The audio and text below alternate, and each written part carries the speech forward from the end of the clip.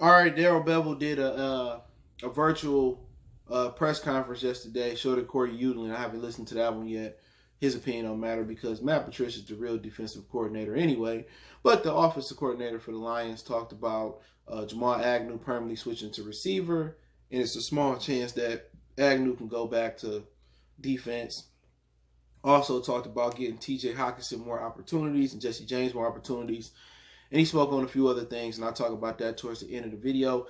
Make sure you hit that subscribe button, bell icon button. We back. Mercy Sports Talk in the building. And yes, he talked about Agnew. Agnew will permanently switch to receiver. Obviously, he couldn't cut it as a nickelback. You know what I'm saying?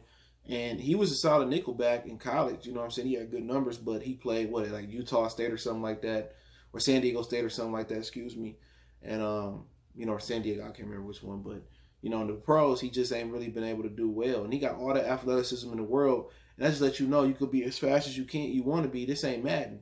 You could be as fast as you want to be and still not be good at corner. Corner is more than speed, it's technique. You know what I'm saying? It's being able to read and make and make plays on the ball, and got ball skills. You got to be able to turn your head. You got to be able to read a receiver. You got to be able to jam. You got to be able to play off. You got to be able to play zone, man. So he just really was a good player. So I don't know if they thought about trying him somewhere else at safety or something like that. And it kind of worked for Quadre Diggs switching to safety, but I don't think Agnew was a good enough tackler. And Quadre brought the hammer down in the box. Excuse me, Nick Curtin. But he brought the hammer in the box, so I don't think he could. So basically, you could see some sweeps from him. I don't know about his route running. Had he played receiver in high school, or did he play a little bit in college? Did he switch? But if we can get some production out of him, which I don't think you're gonna get a lot of production out of him as a straight wide receiver. I think you can count on Marvin Hall a lot better. But you can get some production route from him, and that's probably gonna be on a lot of reverses, double reverses, trick plays. But as far as him getting out there and being Tyreek Hill, I mean, that's a pipe dream. That'll take a couple years to polish the route running up. Few years to learn to come in and out of breaks, how to be press coverage. Obviously, you can, keep him in motion so he can't get pressed. You can bunch him on the formation so he can't get pressed. But obviously, I just think it's gonna take time. It's gonna take time. Even if people say switch him to running back, it's gonna take time. So if you're expecting him to be the next Tyreek Hill this year, absolutely not. A lot of Lions fans are really, really optimistic about, very, very optimistic about things, and they let logic go out the window. Just too much to learn as a receiver. You know what I'm saying? So you'll see him in some trick plays, but if he catch on fast, then you probably see him a little bit out there. We have some injuries, but he got to run the deep end, the post, the cross, and then we got to know if he can catch the freaking ball. You know what I'm saying? In traffic. Can he catch the ball in screens? Then he got to learn the playbook. He got to learn, is he going to be the slide? He going to be the X? He going to be the Y? So, I don't know what determined to switch him to cornerback. From cornerback to receiver instead of running back or something like that. But we'll see how it goes. So I'm wishing him the best. He got a lot of athleticism. He's an elite athlete, so he could help. But I would just pump the brakes this year on him going out there being Tyreek Hill and being the speed threat that the Lions need consistently. I think I would probably put more stock into Marvin Hall this year. You know what I'm saying? So it's my opinion on that. Now, he said that he got to get Hockenson and Jesse James more opportunities. He's realized that, and I'm pretty sure Darrell Bevell has been in the lab cooking up. He looked a lot different with his beard and shit. I'm like, man, I didn't know who he was. And without his hat too, usually you wear a hat. So he said he's going to sit there and they're going to get more opportunities to Hockenson and Jesse James this year. So you probably should see a lot of two tight end sets out there, man. And they got to. It just seemed like, over the course of watching his career, he really, for what I remember in Minnesota, what I remember in Seattle, it really ain't have a lot of great tight ends. The utilization of tight ends in Seattle, even when they had Jimmy Graham, it just felt like it left a lot to be desired. And obviously, Jimmy Graham ain't going to do nothing outside of New Orleans, even in Green Bay. Now he's with Chicago Bears. I don't know why they picked him up, but they got to find a way to get Hockenson the ball more. It seemed like they did a great job week one, and it seemed like teams adjusted to what Hockenson was doing, and Hockenson and Darrell Bevell didn't have a counter or a rebuttal to how teams was defending them. So, and it just seemed like he didn't do much with Jesse James. You pay him all this money to come from Pittsburgh, and You draft a tight end in the top 7, which was stupid when they should have took Devin Bush and Ed Oliver. But I'm not saying Hockenson's a bad player. I think he's gonna make a jump this year.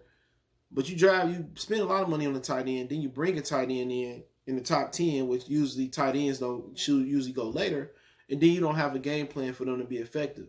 And that was the one thing that concerned me about Darrell Bevell coming to Detroit, was that he never utilized tight ends well. And then it's this narrative that Matthew Stafford don't throw well to tight ends.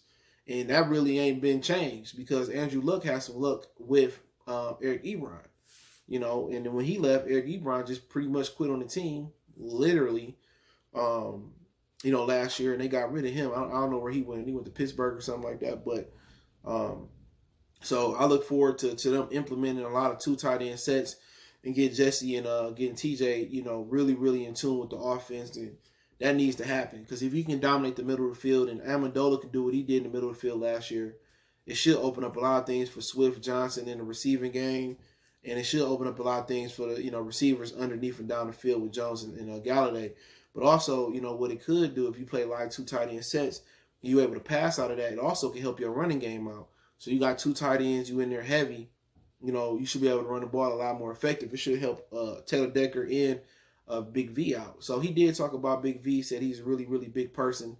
And basically he talked about the offensive line being renewed. He said they got Big V they brought in. He's a huge guy. And also, they got 2 guard spots up for grabs. So you got the guy from the 49ers. You got Darrell, Wiggins, who shouldn't even be in the game. You got Big V that can move from tackle to guard as well. Then you got the 2 rookies, Stenberg and Jonah Jackson, which Jonah Jackson hasn't been signed yet. But he also talked about, filling those vacancies, man. He talked about Matthew Stafford. He's been great in virtual training camp. He's spent a lot of knowledge, and he's so happy to have Matthew Stafford here. And he said that the offense probably going to be the strength for the team, because they got a lot of good pass catchers. They got a lot of weapons. So they looking to put up a lot of points this year, man. And I agree, man. If the offensive line come together, you got Hockenson, you got Jesse James, you got, Taylor Decker, whoever started the guard positions, Ragnow, Big V. And then you got Hockenson. You got Kerryon, you got, Bo, you got Swift, you got, he talked about Huntley. I'll talk about that in a minute. You got the receivers on the outside as well too, man. So, and it should be a lot of success this year, man. Stafford stay healthy, and he said he liked about Huntley is that he was a scat back and he brought value in special teams and he brought speed to the table. I didn't know the Jason Huntley guy was from Toledo. Toledo just keep producing great athletes, man. So shout out to Toledo, man. So he talked about that. That's the 419 right there, and he just talked about basically they asked him is he gonna change his add more plays to the playbook. And he said he had to learn his personnel this year, but he said he'll look at what he got and they're gonna try to make that adjustment. He was asked about Kaepernick early on, and he said one of the reporters asked him, was you there when Kaepernick was visit Seattle? He couldn't remember in 2017. So maybe Kaepernick didn't even never visit, or maybe he wasn't there, but he said that, what does Kaepernick need to do to get back in the league? And he said an opportunity. And he was asked, have they considered, bringing Kaepernick in? And he said, basically, we ain't really discussed a lot of things that need to be discussed because we haven't been able to meet and sit down, and the building hasn't really been open that long. But he says that's a better question for Bob Quinn to ask about, bringing Kaepernick in. But he said he just need an opportunity, and we can see where, teams can see where he was at. So, he opened up about a few things. You catch that on the Detroit Lions YouTube channel. But basically, those are the main things that Darrell Bevell talked about. So, to be honest, he did a great job last year, and he got a few more toys this year. And the biggest challenge is, the challenge that's been a huge challenge since Barry Sanders retired. And that's going to get the running game cranked up. If you're able to run the ball with success, the Lions should make the playoffs. And they should, with special teams playing well and defense being formidable. But they got a lot of weapons on offense, man. A ton of weapons. It's just that you got to, to be a great offense, you got to have the big hogs, the big uglies up front. And you got to count on Decker, whoever started guard, Ragnow, and Big V to come through this year. And if they don't block, no matter how much weapons you got, you ain't going to succeed if you don't win the trenches. And that's on both sides of the ball. You seen that with Cleveland. They had all the weapons last year. Baker and, Juice Landry. They had Odell.